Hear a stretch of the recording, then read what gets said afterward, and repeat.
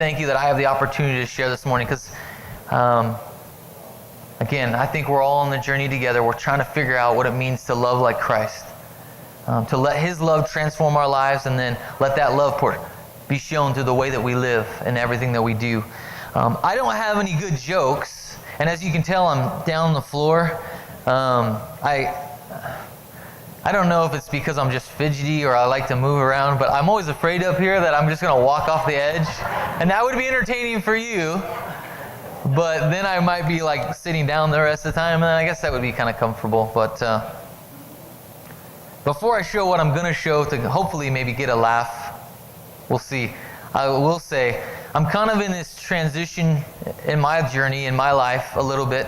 So you will have to be patient with me, bear with me if I do ramble, or I've recently, in the last couple months, transitioned to working in the graveyard shift, so I work overnight. So I did work last night. So I tend to get more delirious as the longer I'm awake. Surprisingly though, I thought I would be struggling at this point because usually I have the music I'm just kind of, you see me and I'm just kind of going and it gives a bunch of energy, and not being a part of that, I was like, oh man, I'm probably going to be like, ugh, but I'm just excited. So bear with me and be patient with me. I hope to, again, just do my best. I don't know about you, but I love it when Carrie shares. I love the practical stuff that he shares with us, just digging through the Word and showing us what it means to live out our faith. So here's what I got for today, for something funny, hopefully. If you didn't know this, the most popular sporting event in the world has been taking place. And the reason it's probably not as publicized this particular time is because the United States is not taking part in it. It's the World Cup. How many of you, anybody care at all about soccer? Okay, we got like 3 hands. That's probably the right percentage here in America. I mean, I played soccer growing up, and I won't lie, I don't watch it as much as when I played it. You have to be a patient person to watch it because unlike some sports, it's like chess. It's about strategic maneuvering. And a lot of people, if you don't care about the sport, you look at it and go, they're kicking a ball around. It's hard to cheer for. It's not like when you watch, say, football, guys are running into each other, or basketball, they're sinking baskets. It's like, kick it. When they get a goal, if you've ever heard the announcers, that's the best part. Especially if you hear like the Latino soccer leagues, the announcers are the best. They're always like, goal! Like that. So anyways, Rome, why don't you pop that first picture up on here? If we can, hey, let's see, will someone grab the lights? Because I know that the lighting, it kind of makes these slides difficult to see. So I found these pictures that I thought were just snapped at the perfect time. That is a goalie, and he looks like he's flying almost, and he's trying to strategically defend his goal. Anyways, I thought it was funny looking, but go ahead and go to the next one, Rome. That one, it looks pretty painful. It's a cleat to the face. I have experienced that occasionally. It doesn't feel good because those cleats that you're wearing, they can leave wounds. Go ahead and go to the next. This one's just the funny faces. If you didn't know, sometimes in the game of soccer, you use your head and hit it, and sometimes that creates these funny facial expressions. The next one, this is not obviously real, it's superimposed, but that particular player right now is probably the most famous in the world. His name's Lionel Messi. He plays for Argentina, and they just lost actually yesterday. But it looks cool because it looks like the lion is actually pulling on him. I'm sure that he would not survive that if that was actually happening. The next one, this is another good one.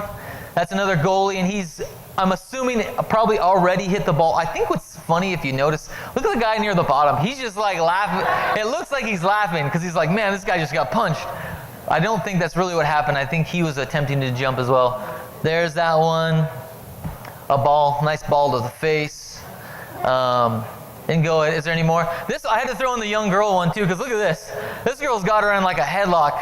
I don't know why she would be grabbing the other player like that, because typically you don't need to get that physical, but I just thought it was entertaining to see.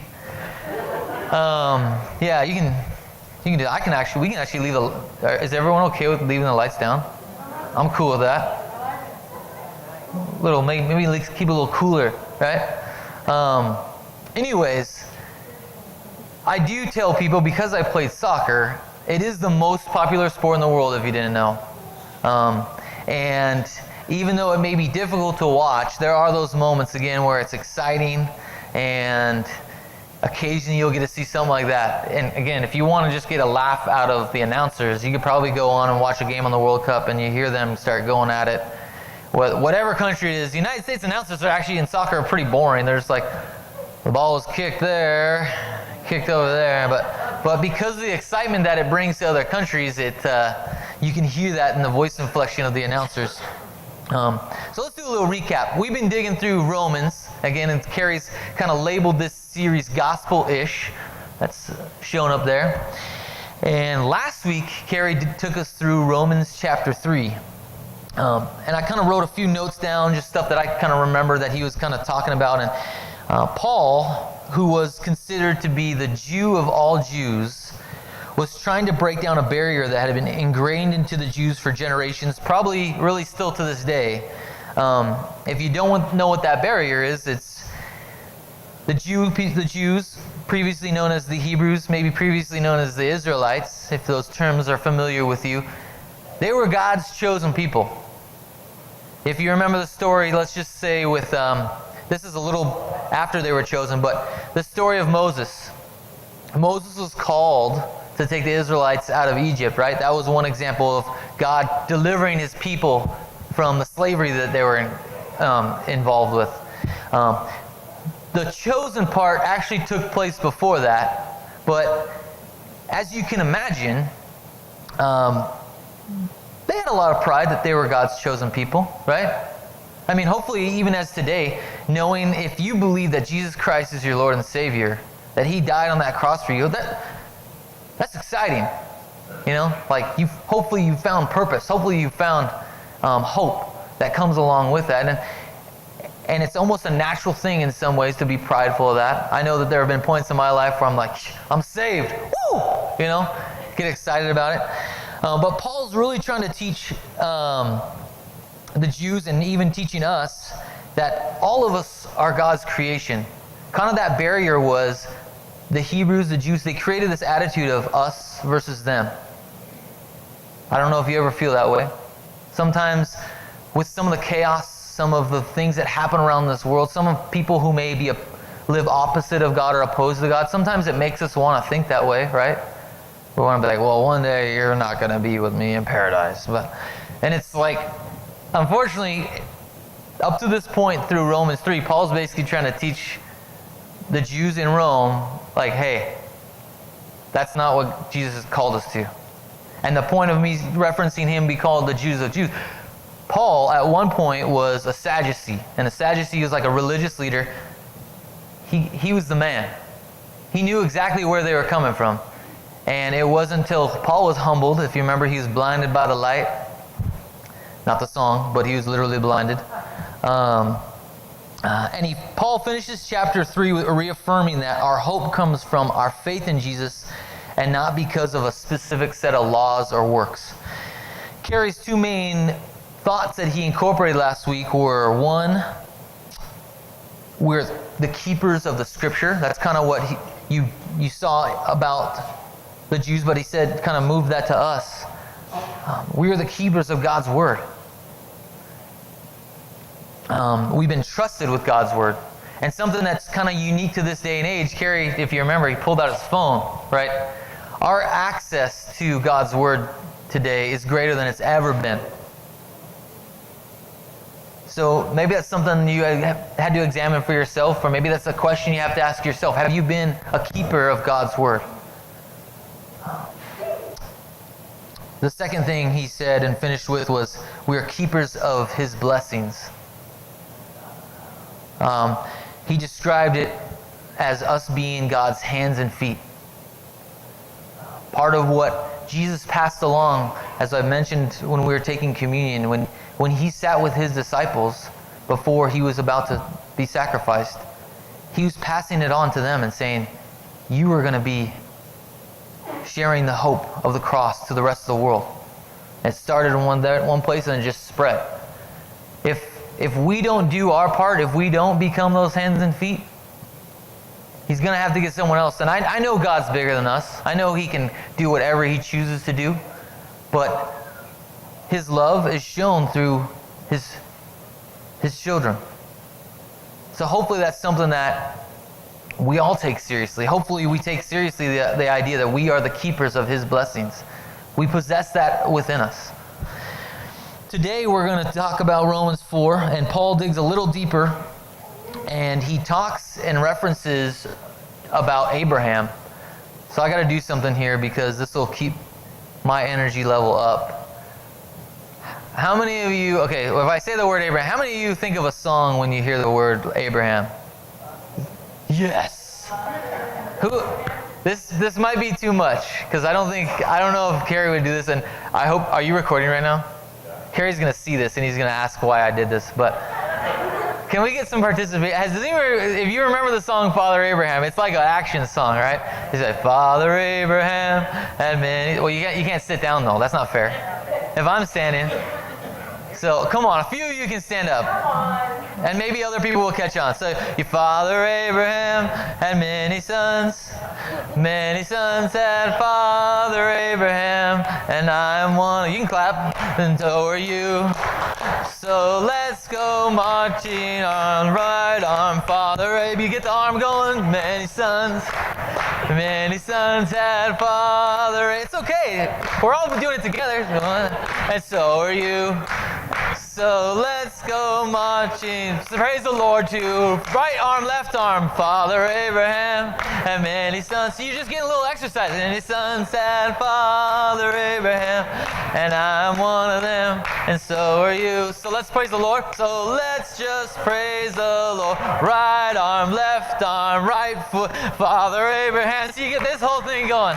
You don't give up on me now. I see you. Come on. Father Abraham, and I'm one of them, and so are you. Thank you to all you who are still participating. Let's go praise the Lord. Right arm, right foot, left foot. Father Abraham. And, okay, we can stop now. Okay. Anyways, growing up, that was kind of the song that they used in children's church, and I don't know why we don't use it in our big people church. Because you can kind of utilize, you're getting like a little workout and you're singing. Because I know sometimes some of you are a little apprehensive to clap. I struggle with my rhythm too, so I just kind of follow whoever's playing drums. I'm like, but so thank you to Elon and Bob and Evan and Cameron when he plays. So anyways, that gave me some energy. And Paul starts talking about Abraham. Now, what you need to know is when you're Paul being the Jew of Jews, Paul's talking to the Jews of Rome. Referring to Abraham would have immediately triggered something in their head. I mean, their attention span would have been boom, because to the Jews, Abraham was like, if you noticed on their God Bless Him, let's see, God Bless the USA song, it was in the background, it was the Black Hills, Mount Rushmore, right? Abraham would be on the Jews' Mount Rushmore, okay? He was considered the father of all. Like everything that the Israelites, the Hebrews, came from was from Abraham. And so the moment Paul would reference him, he would get their attention. And they would want to know what he's going to say because they hold Abraham, very sacred. They were proud of their history. They're proud of the fact they came from his bloodline. Abraham was a man who's known as being a doer to the Jews, a man who led with action. And this spoke volumes to the Jews and the pride that they have as a people. I think similarly, we can recognize that in our own lives, that we can recognize hopefully in our faith, the way that we hopefully strive to follow Jesus. But even in America, right, we have those, whether it's presidents or people who have stood up for things throughout the history. I mean, America in world perspective is pretty young, but we've definitely had those moments in our history where people have stood up for what they believed in and pushed us into the right direction. We're seeing obviously more and more today, there's some resistance to that. That's difficult. I think let me make sure I phrase this correctly, one of the cons sometimes of freedom is that we allow people to think and to believe like they want, right? And let's face it, if people don't believe like we do, we don't like that, right? Sometimes as Christians, that's where our frustration comes. How come you don't believe like me? Well, the reality is, unless the Holy Spirit, unless they have experienced what a relationship with Jesus Christ is, they're not going to believe that yet.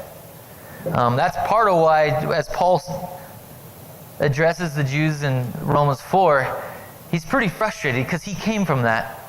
And he understands, he's like, you guys seem to keep missing the point. I was sharing with a coworker of mine this morning, I'm going to say this morning, about 2 in the morning, about an experience that I had with, I'll say, just being naive about American history, let's say. My brother spent a year in England going to school, and he went to Leeds University. After he returned, about a year after that, one of his roommates, who was from England, came over to visit him. His name was Tim. And I remember very specifically, I was a very proud and too outspoken, naive, young teenager. And we're at the table, we're enjoying dinner, and I just was probably marveling at his accent. I liked, he had a pretty heavy accent. But somehow we got into a conversation of like World War II or something. And I made a very selfish comment. I just said, yeah, man, if it weren't for the United States, you guys would have been sunk like that. And his face was so like stone cold. It was just like, he looked at me, he's like, is that really what you believe? Now, I won't lie to you. I may be misrepresenting what I was taught, but kind of in most of my classes in school, we're taught like the United States was the hero. Once the United States got involved, everything started to come. I mean, we got our Navy, and we got the Air Force. Everything started going, and there is truth to the fact that it helped the victory process. It helped move the war move in the right direction. But he was offended in the fact to say that England really, like the way I was talking was like it was of no significance, and that's not true. Yeah, boy, that's not true. And there's tons of great references out there, and he starts firing these things off, and I just sat there going, oh boy, shows what I know. But it was a humbling experience, and it was something that was, for me, was needed, because I realized I looked like this. I had very, very small, probably back then it was like this, tunnel vision. And he opened my eyes to realize, wow, like, don't be disrespectful, because other people's perspective, other people's experiences can speak volumes onto things that I probably didn't really have a whole lot of experience to be talking about. And I thought about that in regards to this and how Paul, again, is kind of referencing. Now, Paul did have the experience, and he's referencing Abraham. But I will say, in regards to the fact that we're going to celebrate in a few days the 4th of July, as much as I love the fact that we have the freedom to be here right now in America, my hope isn't in America. My hope is in Jesus Christ. And that's where I think we can sometimes get discouraged as we see things happening, we see things changing. It's not what it used to be. It never will be. That's the reality. We're moving. And sometimes we move in this direction, that direction, this direction, and sometimes it feels like it can be crumbling. But the hope that we have comes from the fact that there's more than just what's here now. One day we're going to join him in paradise, and things will go on. And that's where our hope comes from Jesus Christ on the cross. Paul starts challenging traditional Jewish thought, stating that Abraham was justified by faith and not his works. Or another way to think of it would be Abraham's hope came through his unwavering belief that God knew what was best, even when it didn't make sense to him. If you don't remember a lot about Abraham, I wanted to read one thing that's like one of my favorite parts of the Bible. In Genesis chapter 17. So, Carrie, I think, talked about this. It had to be a few weeks ago. Maybe it was last week. But he kind of talked about Abraham and Sarah, who ended up giving birth to Isaac. How many of you guys remember how old Abraham was when they had Isaac? Like 100, right? I think Abraham actually says he was 100, and Sarah was like 90. Could anybody imagine having a baby at 90? How about, let alone, just we're thankful to be alive at 90. That's a good thing to be alive at 100. And they're going to have a baby, which I'm thinking, if you want to see a miracle, there's a miracle ready. So check this out. In chapter 17, verse 17, God has just said this to Abraham. I turned too far. Let's see. And this is Abraham's response, and I just think this is hilarious. Well, let me read a couple verses here. And God said to Abraham, as for Sarah, your wife, you shall not call her, or Sarah, I don't know how you say this, it's Sarah with I, but Sarah with H shall be her name. I will bless her, and moreover, I will give you a son by her. I will bless her, and she shall become nations. Kings of people shall come from her. Then Abraham, here it is, this is the best part. Then Abraham fell on his face and laughed, and said to himself, shall a child be born of a man who is 100 years old? Shall Sarah, who is nearly 90 years old, bear a child? Me saying the verse doesn't give its due justice. I'm just picturing Abraham. He's probably on the ground laughing like, God, wait, you're telling us we're going to have a baby right now? Like, I don't know if he's laughing in like, oh my God, right now. Because maybe knowing what the experience of raising a child is like, or just like, that's not going to happen. But it's hilarious to me because Abraham, who was considered a friend of God, he's laughing at him. There was human response there, okay? I don't know if there's ever been a moment for you where let's just say you've doubted maybe what was about to happen. Maybe someone reaffirmed something that was going to happen, and it was just almost unbelievable, where you're like, this can't happen. But there's a bunch of those in the Bible where people kind of respond, and they're like, are you sure about that? Another little note here I kind of added in is there was no amount of laws to be followed or works to be done that would earn Abraham's friendship with God. The friendship or relationship happened and existed because God chose him. This was something that would have rattled the cages of the Jews. It wouldn't have been hard for them to swallow, and frankly, it's one of those stumbling blocks, I would say, for the Jewish belief still to this day. We like things to be black and white, right? We like things to be simple. We wish, even though sometimes we may argue this or disagree with this, we really want a rule to have a rule for everything, right? Like, wouldn't it be perfect? I'm learning this now as I'm learning to raise kids, and I'm not very good at it. If there was just a rule book that I could read and then I could give to my kids, and they, for some reason, they just had to follow it, how simple would that be? Right? Or the same thing for our faith, right? How many of us wish, man, if you just do these steps, then you're saved. If you do these, there's a problem with that, and we'll discuss that in a moment. But I don't know about you, it's almost like when things have these easy steps, it's easier for us to follow. We don't like the gray, in other words, right? When there's something that's maybe not defined, it's tough to wrestle with. And that's kind of what Paul's challenging the Jews on here. He's basically saying, hey, guess what? You can't do anything to earn favor with God. You can't follow enough of the 600 and who knows the number? Is Mark in here? No, Mark's not here. Does anybody know what the number of the Jewish, in the Old Testament, there's 630 some laws. And Paul's saying, go ahead and try and follow those because you're not going to be successful. I tried. And there's not enough of those you could do. There's not enough money you could give that's going to make you right with God. He's not going to go, oh, now you got it. So let's check out Romans 4. I am going to have it up here, and I think the lighting is going to help as far as being able to see it, but I'm going to read it, and we're going to just read a few verses here. Romans 4, and it's going to be verses 13 through 16. You got that coming up? Oh, wow. I could probably just stand here and read it. It was not through the law that Abraham and his offspring received the promise that he would be heir of the world, but through the righteousness that comes by faith. For if those who depend on the law are heirs, faith means nothing and the promise is worthless because the law brings wrath. And where there is no law, there is no transgression. Therefore, the promise comes by faith so that it may be by grace and may be guaranteed to all Abraham's offspring, not only those who are of the law, but also to those who have the faith of Abraham. You'll notice he kind of kept referencing the word law, and it was kind of calling out the Jews because that was sacred to them.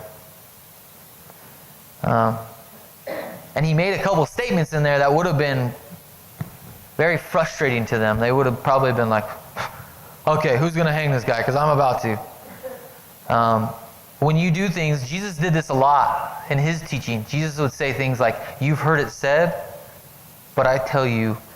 And if you never connected these dots, whenever he did that, a lot of people were usually frustrated.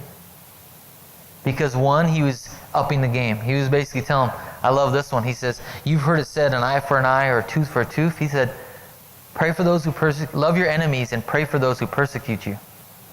He said, love your enemies. Who struggles with that? Right? Hopefully, I do. That's tough. That when Jesus said that, I mean, Jesus was essentially breaking down that barrier, saying there is no us versus them.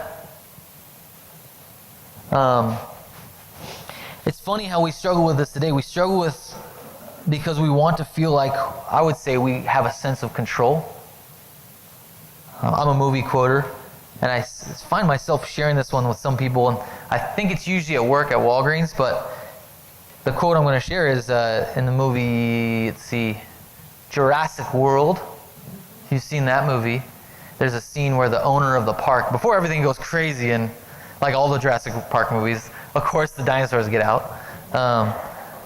It wouldn't be Jurassic Park, the dinosaurs are going to get... But anyways, before that happens in this movie, it's still kind of calm. He says to his main assistant, he says, the key to happiness in this life is realizing that you're never really in control. That doesn't feel very comforting to say. And she's looking at him, you see the scene, and she's like, what does that mean? Because she's a real detail-oriented person, and if you're a detail person, you like to believe every day you're going to accomplish your list, and everything's going to go according to plan. And so to her, that was no, that wasn't happening. And we are like that. I wrote this down. I know sometimes out of sheer selfishness, I minimalize my faith to just a set of rules or practices. Read my Bible? Check. Pray? Check. Go to church? Check. Tithe? Check. I mean, you can go to Bible study? Check. It is important to be proactive. It is important to follow those things, but it's only because God so loved the world that he gave his one and only Son. Our hope, our freedom, our new life are a gift that we can't earn or buy. It's kind of like at Christmas. I kind of think of it this way. This is a challenge for me, and I'm going to guess there's other people in here who would say the same thing, but you ever get a gift from someone that you didn't get a gift for? How many of you immediately go, oh, I didn't get them something? And it's almost like a moment of anxiety. I didn't get them something. And you feel bad, right? And we're at that moment, we're missing the point. Because that person just cared enough about us to get us something. It's not about us matching what they did. I mean, that's the spirit of Christmas, essentially. God sent his Son. We didn't have any, even though the wise men and the shepherds, they brought things, that wasn't equal to what God was doing. I fall into this trap, like I said, with my relationship with God, where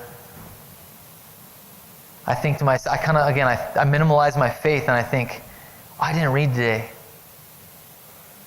I should read a little bit, just so then.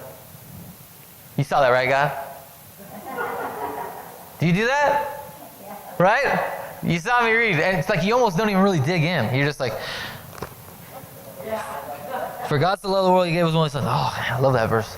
And it's, and I just, when I really stop and spend that, the way Carrie sometimes describes it, chair time, or just have that time with God, and I'm just God, forgive me.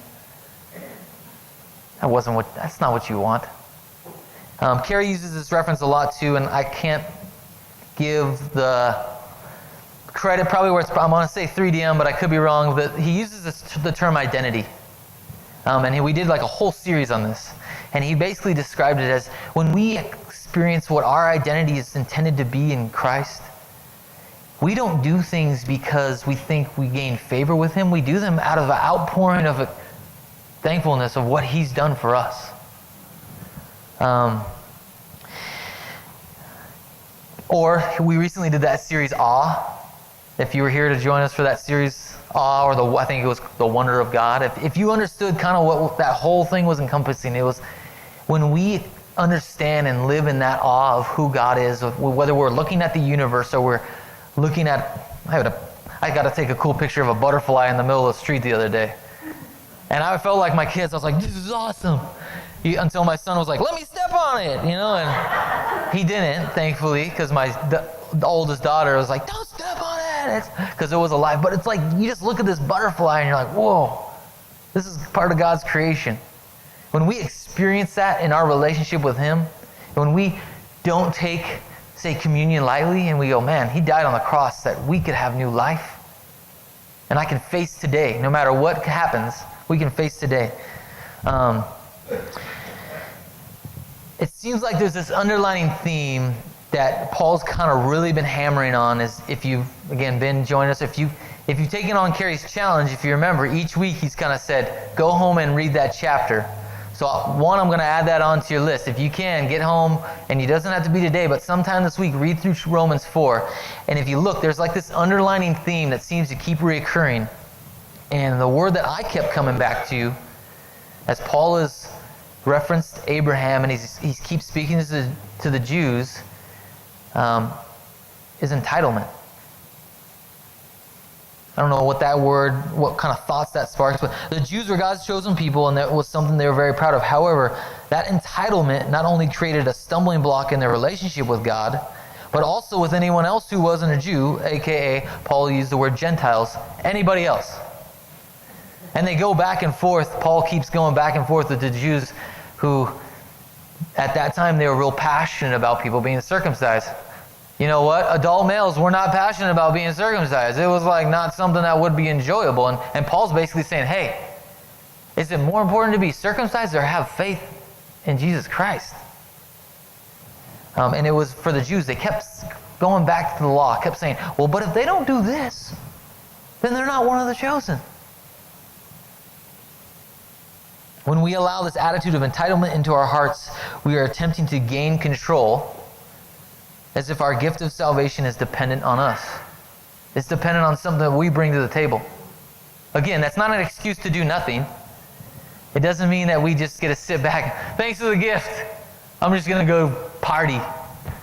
If we really experience the gift, if we really embrace what Christ has done, it's transforming. More often than not, when we live this way, we push people further from God instead of leading them closer. I found something, and man, I told you we were going to be done really fast. I'm sorry. But hey, let me share this real quick.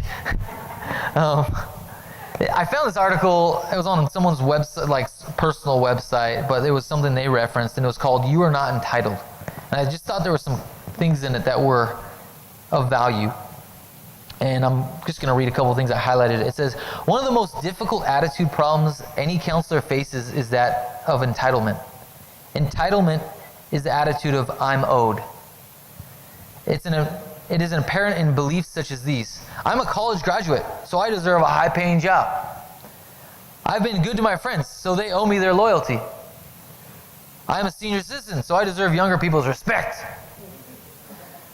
We weren't put on this earth to suffer, so life owes me a break.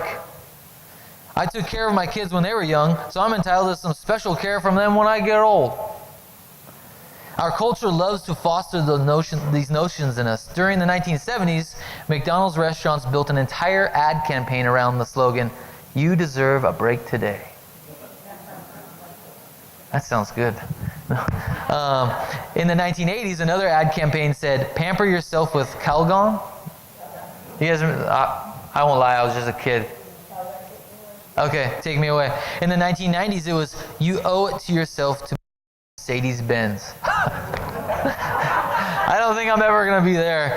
But society continues to bombard us with this message that we are such fantastic people. We are entitled to an equally fantastic way of living. To some degree, we all have entitlement feelings. We carry around a sense of being owed for something we have done or some wonderful trait we have. When we feel entitled, we focus on what we are owed, not what we might need to give to others. It is a one-way street mindset. When these feelings are strong and people don't meet our expectations, we often find ourselves bitter, resentful, and angry. Relationships can be and often are destroyed by feelings of entitlement. The reason I like that last line is everything that we're about is a relationship. Whether it's our relationship with the Father or a relationship to each other, with relationship with our spouse, relationship to our kids, relationship at work.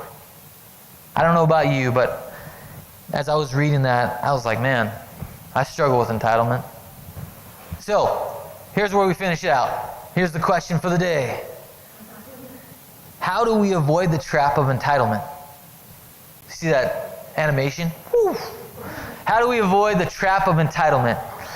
If you remember, again, I don't think this was in the Gospel-ish series, but another one, Carey used, and it may have actually been, forgive me, Carey used this comparison. He said, spiritual versus spirit-filled. Who remembers that? Anybody? A couple hands going up. Okay, so he talked about, in our society, there's a lot of people who are spiritual, but it doesn't necessarily mean they're pursuing Jesus Christ. He said, and the difference is when you're spirit-filled, when you're filled with the Spirit, you're pursuing Him, and you're pursuing to live out the love like Jesus Christ. So that kind of made me think of the difference between having faith versus living faithful.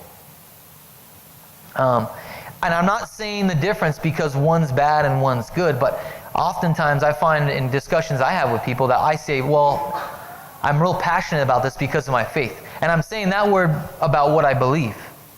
But there's a difference, I would say, about what you believe and then living it out.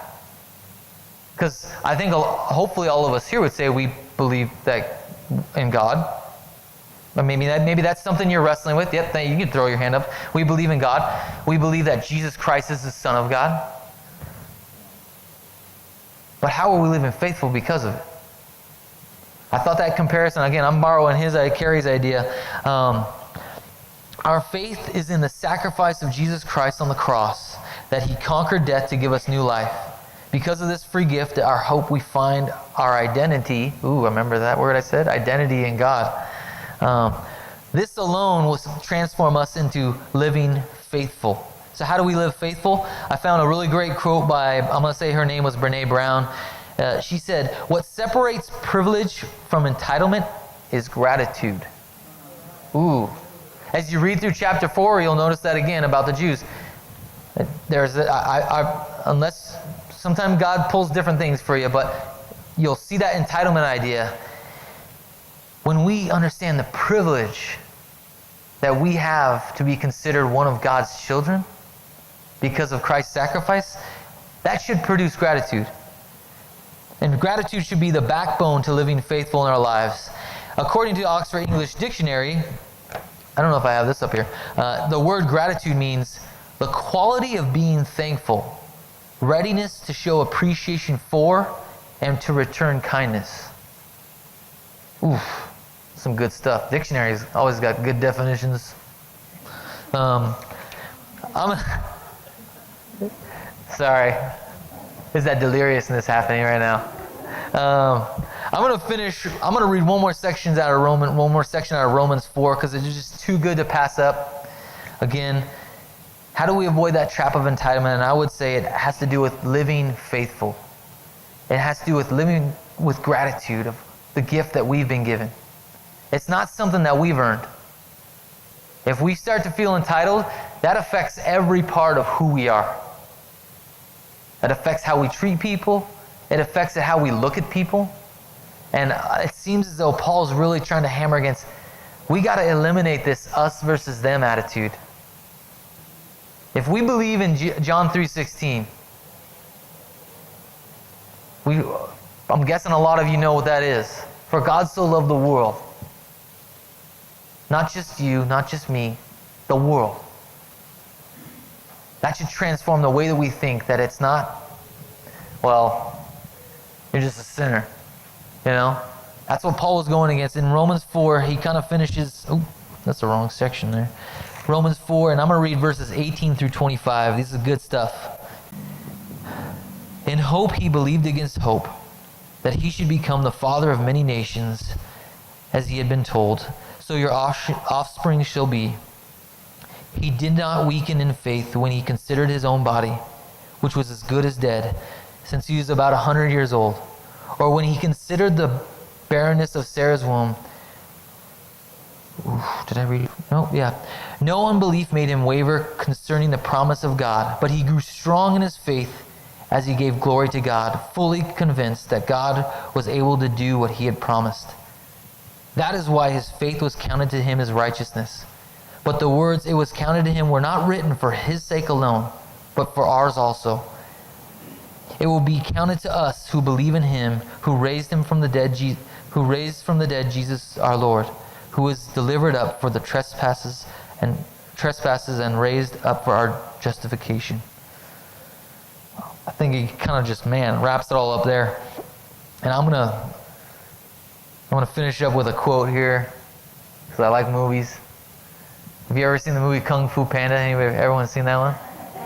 There's a sweet quote in there, and I thought it actually came from the movie, but if you remember, you can smile when you hear it. But he says, "Yesterday is history, tomorrow is a mystery, today is a gift, which is why we call it the present." Oof. It is a gift. It's a present. Let's pray. Father, we thank you for this morning.